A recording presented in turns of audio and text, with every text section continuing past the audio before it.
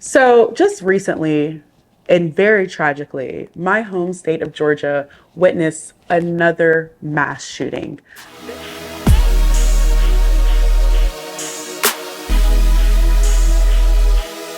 Whip it, whip it, work,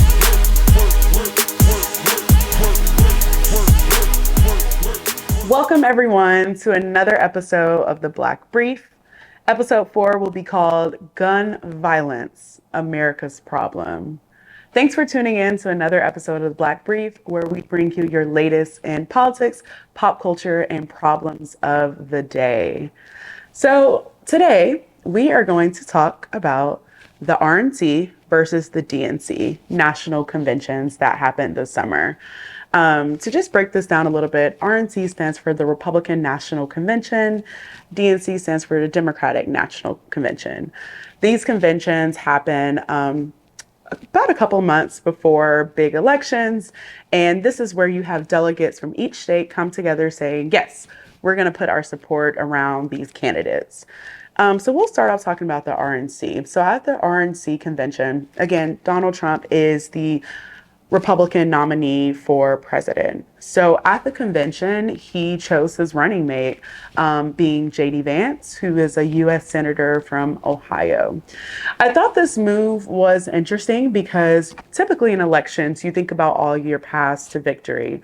So when to win a presidential election, you have to get 270 electoral college votes across the country. Electoral college is a little bit nuanced, and most people don't like it simply for the reasons that sometimes it counts land a little bit more than the actual people. So, like, you might see big areas of like red, but like Democratic bases might be in like centralized in cities where you have the majority of people. So electoral college aims to balance out, making sure that every state has this fair balance of how many electoral votes each state is able to give a presidential candidate. So, for example, if you're tuning in from Georgia, Georgia has 16 electoral college votes, which is significant. And states like California have like 55. So it really depends on the state that you're in.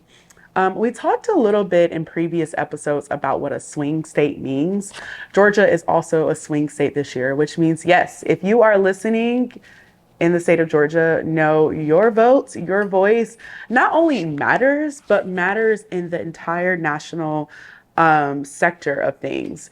Each ticket, whether it be the Republicans, the Democrats, third parties, everyone is trying to win Georgia because Georgia is truly the pathway to the White House. And I cannot express to you at how much that is important. So at the Republican National Convention, if you watched it, a bit of a different vibe. Donald Trump had some really interesting figures come to speak. Typically you have like your family come and then you have just big supporters of the party. It seemed to me that the Republicans were showing that they are doubling down on the basis that they expect to turn out.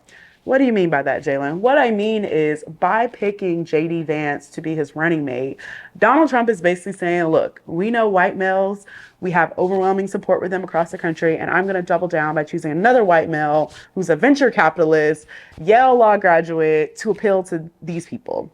For me, I feel like that pick doesn't really expand his base. We do expect white men, overwhelmingly speaking, to vote for Republicans. That's usually how trends are going. But so making this choice is almost like doubling down on the base for Donald Trump.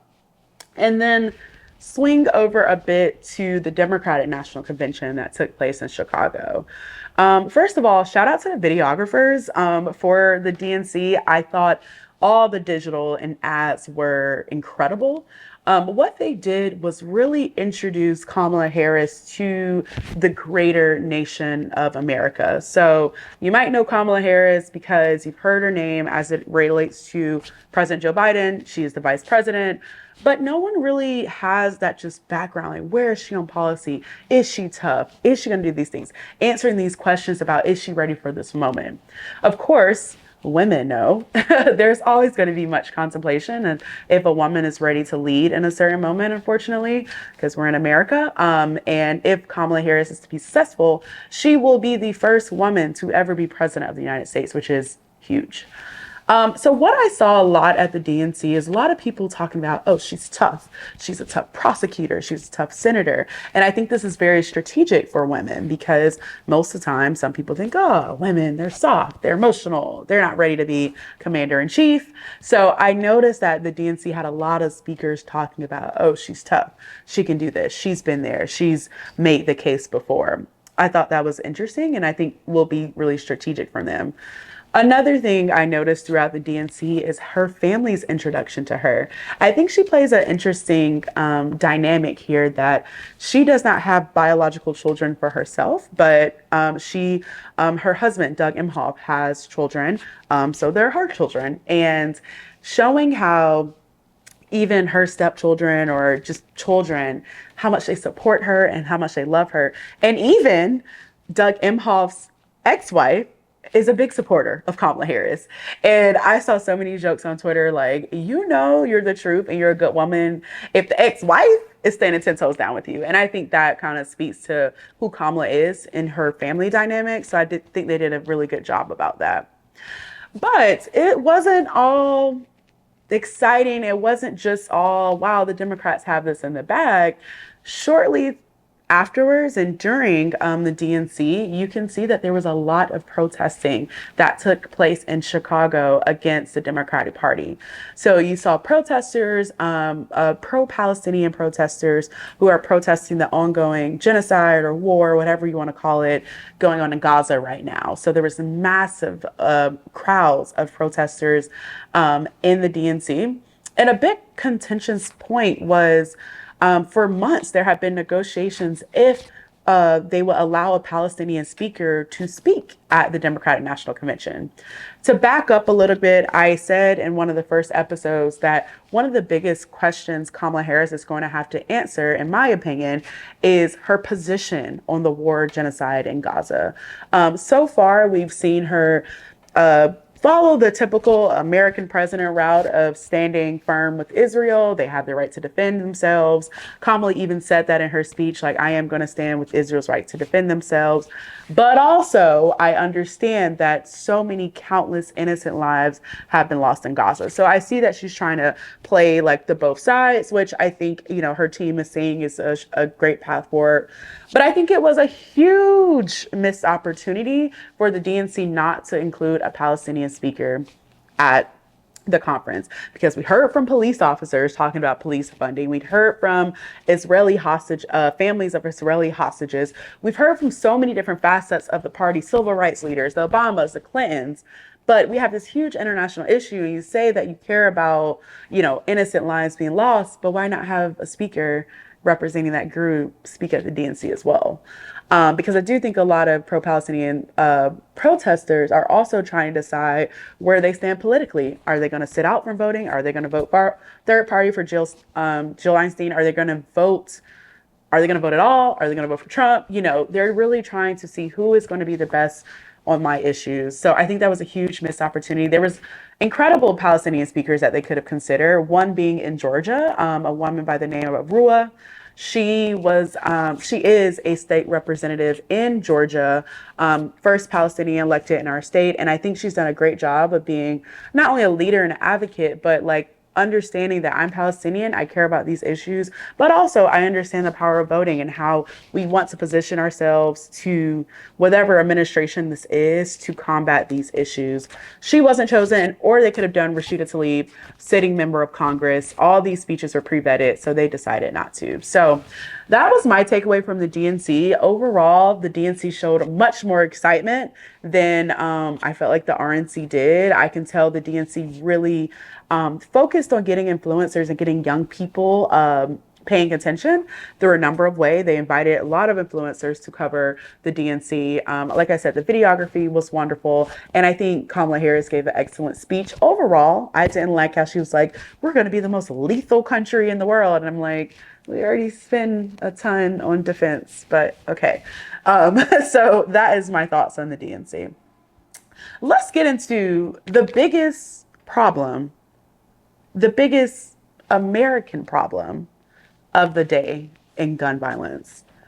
So just recently, and very tragically, my home state of Georgia witnessed another mass shooting.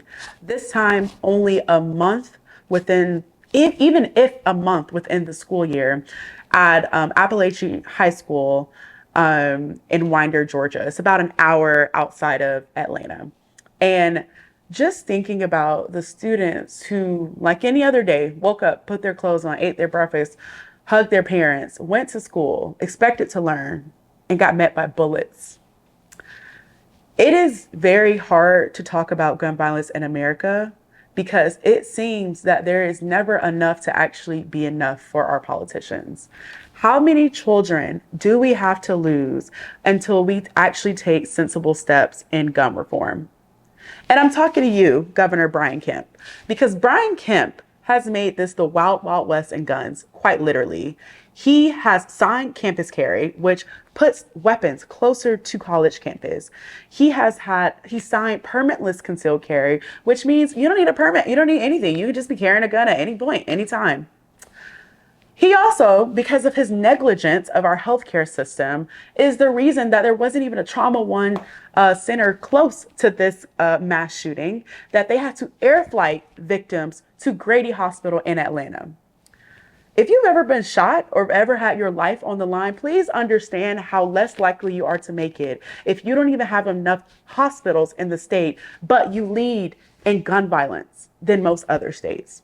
That's ridiculous. And I just don't understand how you can sit here and tell victims of countless families time and time again that thoughts and prayers, and you're not doing anything. Like that the governor controls that. The state legislature controls that. You have to have state gun laws. Yes, on the congressional side, federal government, they did pass the most significant gun legislation package in like the last 30 years, which is great. But we have to get that down to the state level, or children in Georgia will continue to die. And it's not just about the white male mass shooters, right? It is about every day people are getting shot. I have some statistics here. In America, every day, approximately 327 people are shot daily. Daily.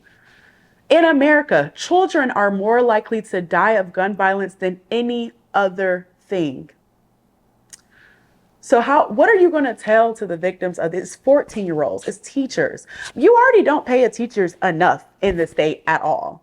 And now you think the solution, oh, well, let's arm them. Let's have more guns in school so we can stop the guns coming in. How about a 14-year-old should never have had access to a gun in the state, period? Like, it's ridiculous. The counter argument you can do when actual bodies are laying on the ground in a high school, it's ridiculous. And so many people, including myself, have lost people and loved ones due to gun violence. This is a uniquely American problem because no other country in the world has the level of gun violence that we do in this country. It's almost as if you want to protect your guns well more than you want to actually protect lives in this country. And that is a failed policy decision. That's a failed leadership decision. And I would be in favor of voting out every single politician that is not 10 toes down in enacting sensible gun legislation in this country. And when I say sensible, let's be clear, what a lot of the leading gun advocates are advocating for are just doing background checks, banning assault rifles. Yes, no citizen should be walking around with an AR-15. Why do you have an AR-15? Why does a 14-year-old have an AR-15? Like, this is insanity. Like, I believe in freedom. I believe in the Second Amendment. Like, I know how to shoot, but real responsible gun owners also support gun legislation because we understand you have to be in a level of mental space and have the responsibility to actually own and possess a gun, because that's a lot of power in your hands. So it's deeply heartbreaking. And my heart is with that entire community that is another community that will forever grieve, lives forever alter, students who won't ever be able to sit in class without the fear of gun violence. It's heartbreaking, and we have to do better as a country. And on my last thing, I will talk about pop culture. And just recently, we lost, in my opinion, one of the greatest Atlanta rappers for sure in the past decade. And when you talk about influence, when you talk about hits, when you talk about impact, Rich Homie Quan. And it's just really sad to see yet another Black man not live to grow old. Um, I follow Quavo on Instagram, and I saw him post a photo um, with Takeoff, who was killed 2 years ago around this time, with Young Thug, who was locked up, with Rich Homie Quan, who is now deceased, and another who is also now deceased. Like, Black men deserve to grow old, and it is just so tough to see so many rappers in particular never see 40. Like, that's not enough time to live, you know? And I think about all of Rich Homie Quan's like impacts on so many people's lives. Like, he was way more than just a rapper.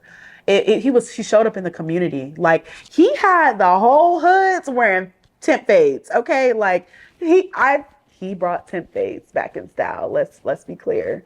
I mean, he had so many hits from Lifestyle. I did a lot just to live this here lifestyle. Came straight from the bottom to the top, my lifestyle. Listen, I had me on a chokehold, okay? Like, I was thinking that in high school, like, yeah, I came from the bottom to the top. Like, it did something for me.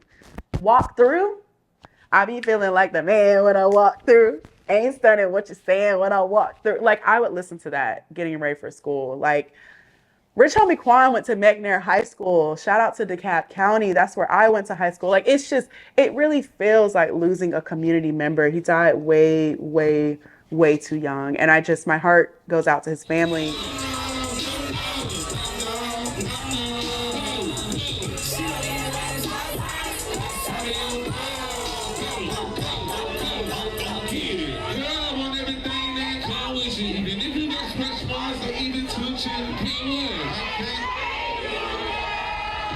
So shortly before Rich Homie Quan passed away, he did an interview, and I saw in the interview he was opening the doors of a possibility of him and Young Thug rekindling.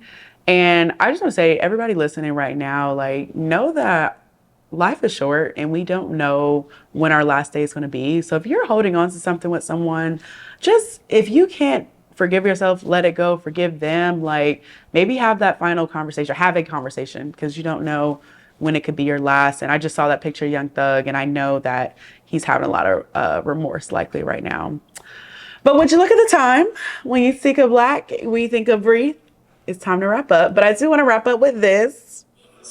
Hey man, real niggas in this motherfucker, man. Feel me? Do the real nigga walk through for me, huh? I be feeling like the man when I walk through. Ain't stunning what you saying when I walk through. How these hoes stand when I walk through? How to make a few Watch me walk through. Listen, rest in peace to Rich Homie Quan. Gone too soon. But thank you all for tuning in another episode of The Black Brief, Gun Violence, America's Problem. See you next time.